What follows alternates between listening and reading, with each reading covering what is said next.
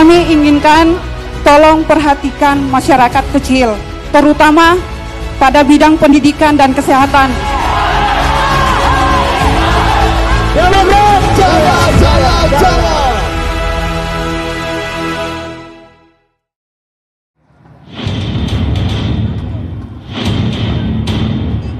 Hadirin sekalian, kita sambut Ketua Umum Partai Demokrat, Agus Harimurti Yudhoyono.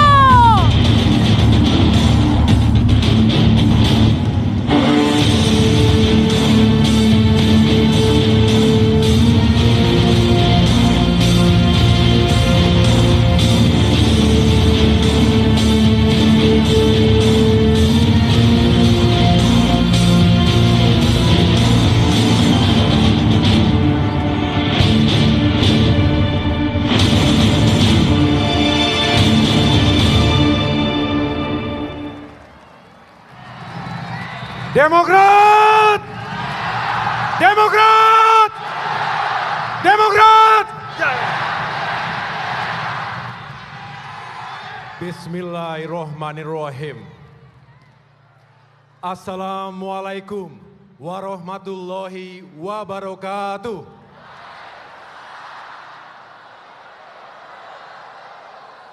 Salam sejahtera untuk kita semua. Shalom. Om Swastiastu, Namo Buddhaya, salam kebajikan. Para pengurus, kader, dan simpatisan Partai Demokrat yang saya cintai dan banggakan. Alhamdulillah, kemarin kita telah melaksanakan kegiatan bimbingan teknis atau BIMTEK secara terpusat di Jakarta.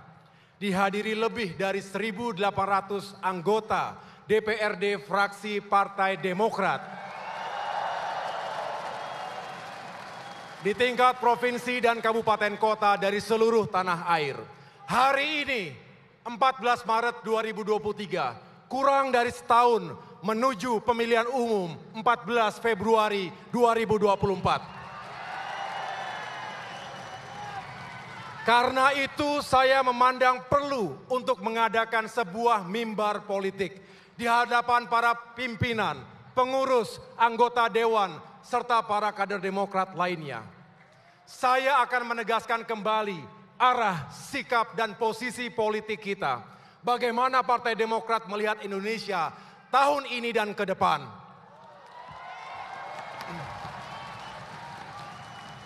Tentu perhatian kita saat ini semakin terfokus pada proses pemilu. Tetapi agenda kehidupan bangsa bukan hanya pemilu. Masih ada hal lain yang tidak kalah pentingnya bagi rakyat kita. Kita harus terus memperjuangkan perubahan dan perbaikan di berbagai sektor kehidupan bermasyarakat, berbangsa dan bernegara. Saudara-saudara masyarakat Indonesia yang kami muliakan, melalui mimbar politik ini, Demokrat akan menyampaikan 3 hal pokok. Pertama, kami terus terpanggil dan berkewajiban untuk memikirkan dan mencari solusi atas persoalan kehidupan rakyat, khususnya masalah ekonomi dan kesejahteraan.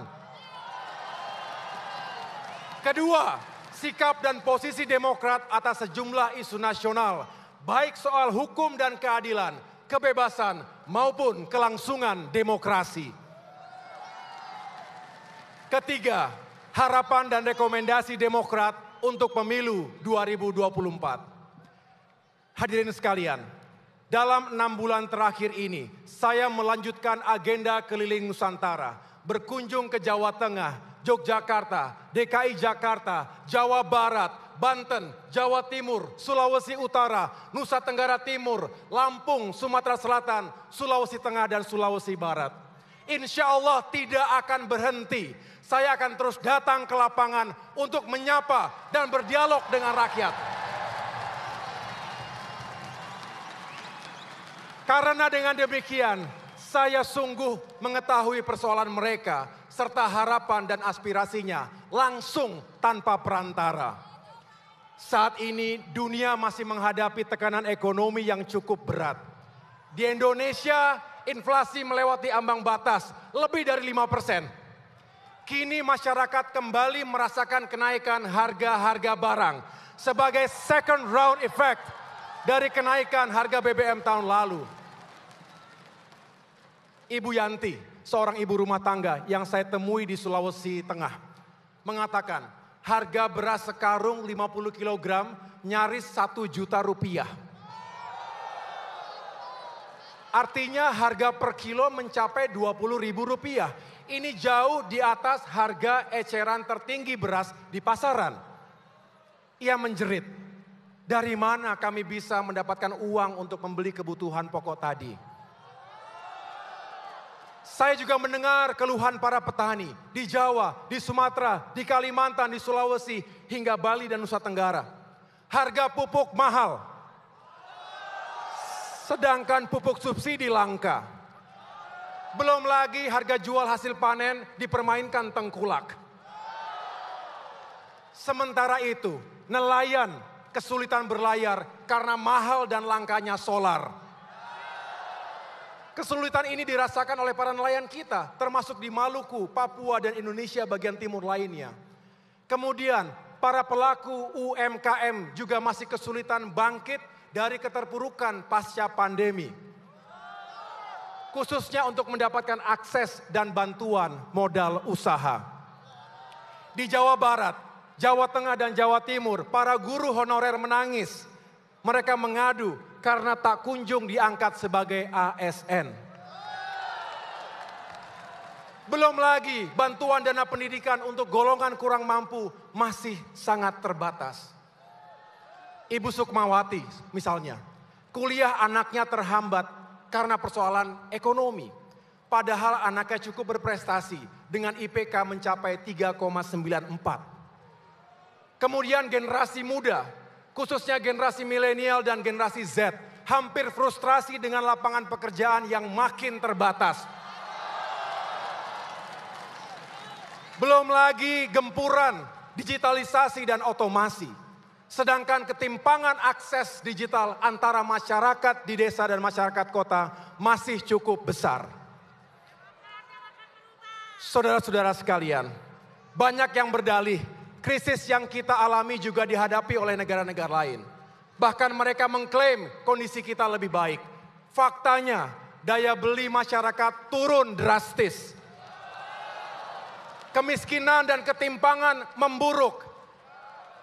Memang krisis di tanah air tidak bisa dipisahkan dari krisis global. Terkait hal itu, saya juga ikut bicara dalam forum internasional Berlin Policy Dialogue di Jerman awal November lalu. Bersama 44 mantan pemimpin dunia, kami menyerukan untuk dihentikannya tragedi kemanusiaan di Ukraina dan perang yang mengakibatkan krisis energi, krisis pangan, dan juga krisis keuangan dunia. Masalahnya bukan hanya krisis global. Persoalan ekonomi kita semakin rumit karena keuangan negara tidak dikelola dengan baik. Anggaran terlalu banyak digunakan untuk membiayai proyek-proyek mercusuar yang tidak banyak berdampak pada kehidupan wong cilik. Tidak banyak berdampak kepada saudara-saudara kita yang terkategori miskin dan kurang mampu. Sementara itu, defisit anggaran coba ditutupi dengan utang pemerintah. Dalam 8 tahun terakhir ini, kenaikan utang pemerintah mencapai 3 kali lipat. Menurut Kementerian Keuangan, di awal tahun 2023 ini angkanya mencapai 7.733 triliun rupiah. Belum lagi utang BUMN yang semakin menggunung sebesar 1.640 triliun rupiah. Faktanya pula, rasio utang negara terhadap PDB semakin tinggi. Lagi-lagi, ada pihak yang berdalih bahwa rasio utang masih aman. Bukan itu soalnya. Kini kita kesulitan membayar utang karena keuangan negara juga tengah menghadapi tekanan. Sejatinya rakyat jugalah yang akan menanggung utang lewat pajak yang mereka bayar. Betul? Karena beban utang tadi, ruang fiskal menjadi sangat terbatas. Tidak adil jika akibat utang yang terlewat tinggi tadi, akhirnya pemerintahan mendatang tidak leluasa membiayai kehidupan dan pembangunan nasional. Janganlah menghukum pihak yang tidak bersalah. Di tengah keterbatasan anggaran itu, pengelolaan pajak belum dilakukan dengan baik. Bahkan rawan disalahgunakan. Padahal pendapatan negara 80%-nya bersumber dari pajak yang dikumpulkan dari keringat rakyat. Akibatnya kepercayaan rakyat kepada pemerintah pun turun. Untuk itu, kembalikan kredibilitas pengelolaan pajak. Perbaiki sistem pengawasannya. Rakyat harus diyakinkan uang yang disetor benar-benar masuk kas negara dan digunakan tepat sasaran. Kita semua wajib pajak punya hak untuk mengetahui kemana uang itu digunakan oleh pemerintah.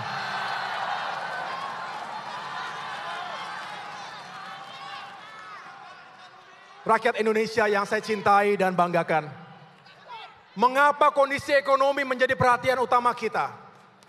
Karena hal ini menyangkut kehidupan rakyat, sekaligus menjadi prasyarat suksesnya pesta demokrasi. Tentunya, kalau ekonomi dan keuangan Indonesia 1 tahun ke depan ini baik, pemilu 2024 dapat dilaksanakan dengan baik pula. Karena itu, Partai Demokrat berharap ekonomi di tahun politik ini bisa benar-benar dikelola dengan baik. Utamanya kebijakan fiskal yang meliputi pengelolaan APBN dan APBD. Kalau fiskalnya baik, insya Allah ekonomi bisa berjalan dengan baik. Misalnya bagaimana mengatasi gelombang PHK yang mencapai angka 1 juta orang. Dan pengangguran yang mencapai angka 8,4 juta orang. Melalui kebijakan fiskal yang tepat, alokasi APBN bisa dialirkan untuk job security, mencegah terjadinya PHK, dan juga job creation guna membuka lapangan pekerjaan yang baru. Keterbatasan ruang fiskal saat ini menuntut kita memprioritaskan alokasi anggaran untuk membantu rakyat yang hidupnya sangat kesulitan. Utamanya meningkatkan daya beli, kesehatan, dan pendidikannya. Memang pilihan dan prioritas dalam penentuan kebijakan fiskal adalah hak pemerintah. Oleh karena itu, kami bermohon kepada pemerintah agar bijaksana dalam menentukan prioritas tersebut. Selain itu, alokasi dan penggunaan anggaran harus akuntabel. Akuntabel juga harus sesuai dengan konstitusi dan aturan yang berlaku. Sehingga kebijakan fiskal ini dapat dipertanggungjawabkan. Saudara-saudara sekalian, implementasi anggaran juga tidak kalah penting. Anggaran yang telah dirancang oleh pemerintah dan DPR pada postur APBN kita tidak akan berhasil tanpa implementasi yang baik. Jika dalam praktiknya anggaran kementerian, lembaga dan pemerintah daerah dipotong dalam jumlah yang besar, maka mereka akan sulit untuk memenuhi sasaran-sasaran pembangunannya. Contohnya, jika pemotongan anggaran militer terlalu besar, tentu akan mengganggu pelaksanaan tugas pokok TNI. Kita tidak ingin para prajurit TNI tidak dapat melaksanakan tugasnya dengan baik akibat pemotongan yang besar itu. Padahal tugas TNI memiliki resiko yang tinggi. Betul? Selanjutnya, jangan sampai pula kebijakan pemerintah kurang berpihak kepada wong cilik. Contohnya, dari 143 juta angkatan kerja, sektor pertanian menyumbang 38 juta tenaga kerja atau sekitar 26%-nya. Jadi, sektor pertanian merupakan penyerap tenaga kerja yang paling utama. Sayangnya, sektor wong cilik ini justru kurang mendapat perhatian. Bahkan anggaran Kementerian Pertanian pun minim. Tahun ini saja, anggarannya hanya 15 triliun rupiah. Angka ini setara dengan alokasi APBN untuk sektor pertanian tahun 2014. Padahal postur APBN tahun 2023 ini 700 triliun rupiah lebih besar dari 2014 yang lalu. Jadi jika ada yang bertanya perubahan dan perbaikan apa yang sedang diperjuangkan oleh Partai Demokrat, maka para kader sekalian jawablah bahwa salah satu agenda perubahan kita adalah perbaikan kebijakan ekonomi, termasuk kebijakan fiskal yang tepat, adil, dan berorientasi pada peningkatan kesejahteraan rakyat. Agenda yang lain adalah mewujudkan tata kelola pemerintahan yang baik, good governance, yang tentunya tidak lepas dari prinsip transparansi, partisipasi, dan akuntabilitas. Jangan diabaikan. Jika kita fokus melakukan itu dengan baik, berbagai persoalan ekonomi dan kesejahteraan rakyat tadi dapat ditemukan solusinya. Saudara-saudara sekalian, kita mencermati tata kelola pemerintahan saat ini tidak berjalan dengan baik. Banyak program pemerintah yang dilakukan gerusa-gerusu, terburu-buru, dan kurang perhitungan. Betul? Contohnya, alokasi anggaran triliunan rupiah untuk pengembangan kawasan pangan berskala luas. Apa kabar program food estate? Banyak akademisi pertanian dan aktivis lingkungan mengkritik kebijakan food estate ini. Program yang hanya mengandalkan ekstensifikasi lahan saja, tapi dinilai mengabaikan faktor ekologi dan sosial. Kedaulatan pangan seharusnya berorientasi pada pemberdayaan dan pelibatan masyarakat, serta mengindahkan aspek keseimbangan lingkungan, keberlanjutan, dan tradisi masyarakat lokal. Ini mengacu kepada mazhab ekonomi Partai Demokrat, yaitu sustainable growth with equity, pertumbuhan ekonomi yang berkeadilan dan berkelanjutan, yang tetap menjaga keseimbangan alam. Sementara itu, kurang baiknya tata kelola pemerintahan juga tercermin dari lahirnya peraturan perundangan yang keluar dari norma hukum. Contohnya, Undang-Undang Cipta Kerja. Sejak awal Demokrat menolak Undang-Undang Ciptaker. Kami mendengar jeritan kaum buruh di berbagai daerah. Bukan hanya karena isinya yang kurang berpihak pada tenaga kerja, tetapi juga karena pembuatan aturannya dilakukan gerusa-gerusu. Alih-alih menciptakan lapangan kerja, angka pengangguran malah makin tinggi. Sehingga tidak mengherankan jika Mahkamah Konstitusi akhirnya menyatakan Undang-Undang Ciptaker tadi sebagai produk yang inkonstitusional. Selanjutnya, bukannya melibatkan masyarakat untuk melakukan perbaikan undang-undang itu, pemerintah justru meresponsnya secara sepihak dengan mengeluarkan Perpu Ciptaker. Hal ini kembali menegaskan bahwa lemahnya good governance akan memicu terjadinya ketidakpastian hukum. Implikasinya, kepercayaan dunia usaha dan para investor, nasional maupun luar negeri kepada pemerintah menurun. Tidak sedikit yang akhirnya membatalkan rencana investasinya. Padahal kita sangat membutuhkan investasi itu untuk perbaikan dan pertumbuhan ekonomi nasional. Good governance ini sangat penting. Topik ini saya bahas dalam berbagai diskusi saat memenuhi undangan pemerintah Australia di Canberra, di Melbourne dan Sydney November lalu. Di mata dunia, good governance adalah indikator kemajuan sebuah bangsa. Rakyat Indonesia di seluruh tanah air, pada bagian kedua dari pidato politik ini, saya akan menyampaikan sikap dan posisi Partai Demokrat terkait sejumlah isu penting. Kita memberikan apresiasi kepada aparat penegak hukum yang istiqomah dan amanah, serta memberikan rasa keadilan kepada masyarakat. Kita ingin aparat penegak hukum terus menjaga integritasnya, tidak tebang pilih, tidak tumpul ke atas tapi tajam ke bawah, tidak tumpul ke kawan tapi tajam ke kawan. Kita berharap penegakan hukum yang seadil-adilnya menjadi komitmen seluruh aparat penegak hukum. Namun, mencermati keputusan Pengadilan Negeri Jakarta Pusat yang meminta KPU untuk menghentikan tahapan pemilu hingga 2025 mendatang, tentu mengusik akal sehat dan rasa keadilan kita.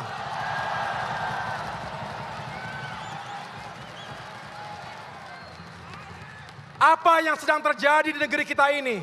Apakah ini sebuah kebetulan belaka? Keputusan menunda pemilu tersebut hadir setelah isu 3 periode perpanjangan masa jabatan presiden hingga kontroversi sistem pemilu proporsional tertutup. Kami mencermati wejangan dari Ketua Majelis Tinggi kami, Bapak Susilo Bambang Yudhoyono, bahwa bangsa ini tengah diuji, banyak godaan. Karena itu jangan ada yang bermain api, terbakar nanti. Mari selamatkan konstitusi dan demokrasi. Mari dengarkan suara rakyat dengan segenap hati kita. Memang saat ini banyak orang takut bicara. Banyak yang takut ditangkap jika berseberangan dengan sikap penguasa. Tetapi untuk hal-hal yang sangat prinsip dan menyangkut hajat hidup mereka, rakyat masih berani untuk bersuara lantang. Rakyat yang saya temui di seluruh pelosok negeri menolak penundaan pemilu 2024.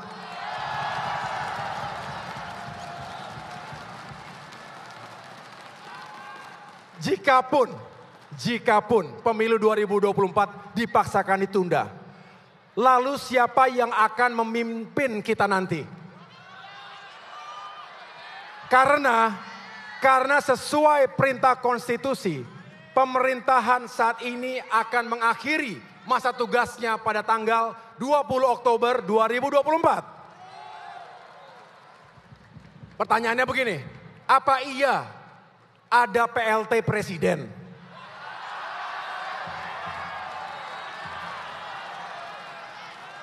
Apa iya akan ada ratusan PLT anggota DPR RI dan DPD RI?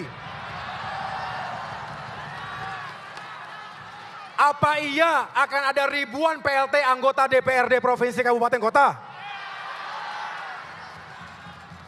Kalau di negara kita ada PLT Presiden dan ribuan PLT Wakil Rakyat yang berkuasa dan bekerja selama 2 hingga 3 tahun, betapa kacau dan keosnya situasi nasional kita. Saya khawatir dunia akan melihat Indonesia sebagai banana republic. Banana republic karena semua pejabat negara menduduki kursi kekuasaan tanpa mandat rakyat, tanpa pemilu yang demokratis. Artinya tidak memiliki legitimasi yang kuat, sehingga kekuasaan yang dimiliki menjadi tidak sah dan juga tidak halal.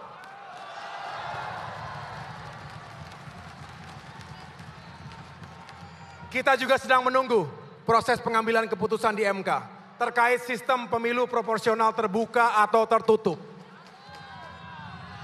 Kita ingat Januari lalu saya bersama 7 pemimpin partai politik lainnya telah menolak sistem pemilu proporsional tertutup.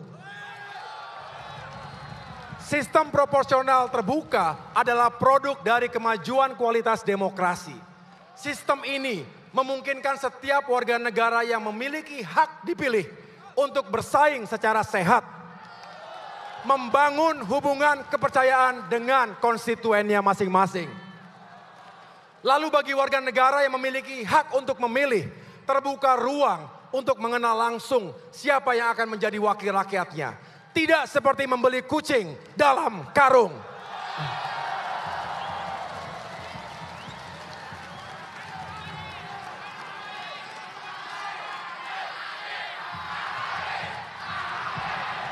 Terima kasih. Saya lanjutkan.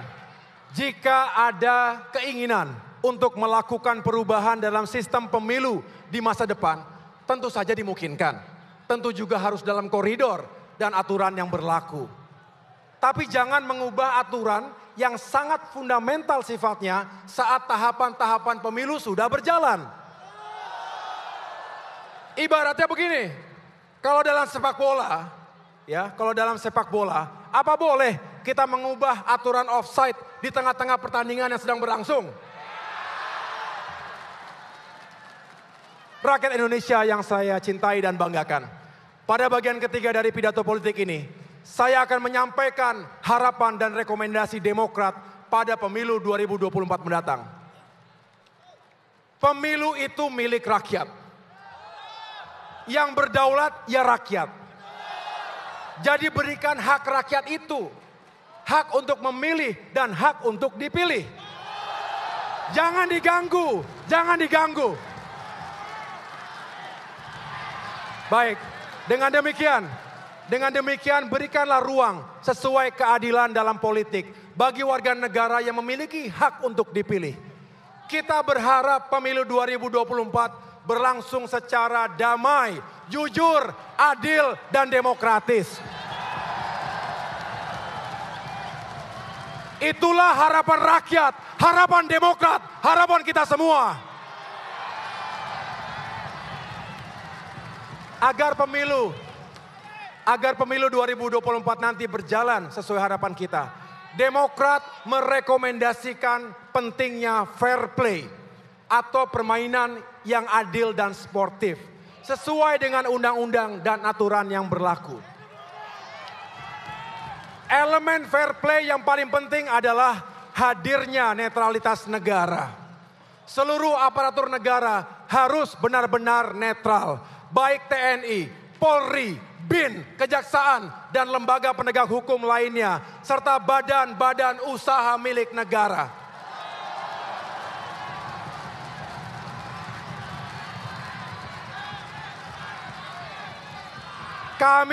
Kami juga berharap kepada segenap penyelenggara pemilu yang kami muliakan, khususnya KPU dan Bawaslu, bisa menjalankan tugasnya dengan baik secara independen. Jika kondisi itu terjadi, insya Allah pemilu kita akan damai.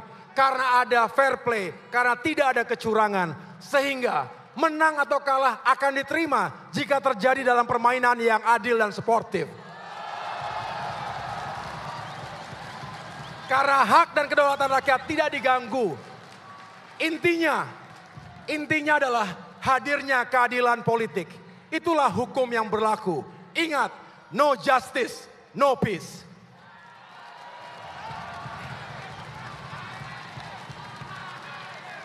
Para kader Demokrat yang saya banggakan, saya berpesan, marilah kita berikhtiar dengan sungguh-sungguh agar kita berhasil dalam pemilu mendatang.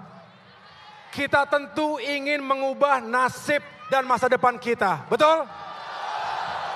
Kita ingin kembali ke pemerintahan nasional dan kuat di parlemen. Artinya, kita ingin menang dalam pemilihan presiden dan sukses besar dalam pemilihan anggota legislatif.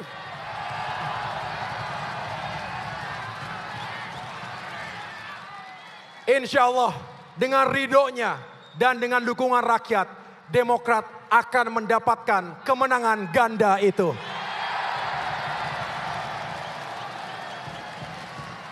Harapan itu tentu akan terwujud dengan kerja keras kita sendiri. Sesungguhnya Tuhan tidak akan mengubah nasib suatu kaum, kecuali kaum itu sendiri yang mengubah nasibnya. Untuk itu, Partai Demokrat harus terus berada di tengah-tengah rakyat. Dengarkan aspirasi mereka, perjuangkan harapannya. Sejatinya, suara Demokrat adalah suara rakyat. Harapan rakyat adalah perjuangan Demokrat.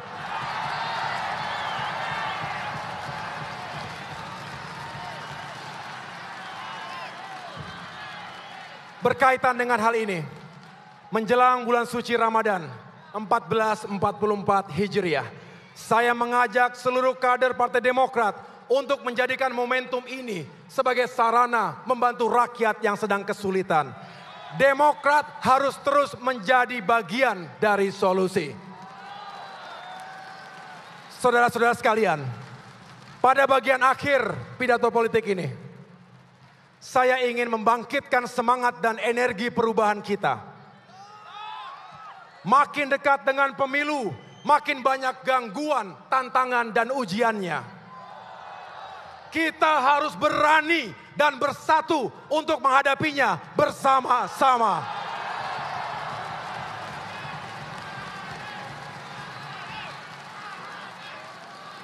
Dalam semangat ini, izinkan saya secara khusus mengucapkan terima kasih dan penghormatan kepada para patriot bangsa yang juga hadir bersama kita saat ini. Beliau-beliau adalah senior-senior saya. Para jenderal, laksamana, marsikal, purnawirawan TNI Polri yang siap berjuang bersama kita, bersama rakyat Indonesia, mewujudkan perubahan dan perbaikan.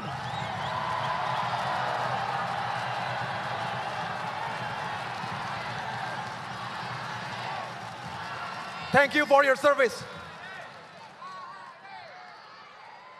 Akhirnya saya ingin meyakinkan kembali dengan bertanya kepada seluruh hadirin yang berada di ruangan ini.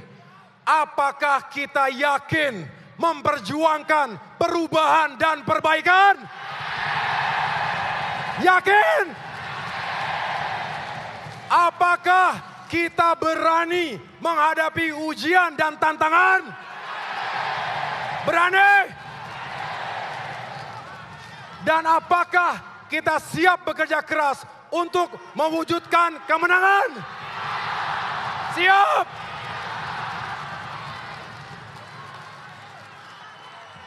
Mari kita satukan energi dan kekuatan. Mari hadirkan gelombang dan getaran perubahan dan perbaikan untuk Indonesia yang semakin baik. Indonesia untuk semua.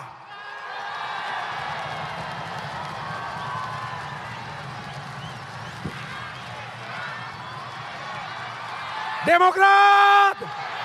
Demokrat! Demokrat! Terima kasih, Tuhan bersama kita. Wassalamualaikum warahmatullahi wabarakatuh.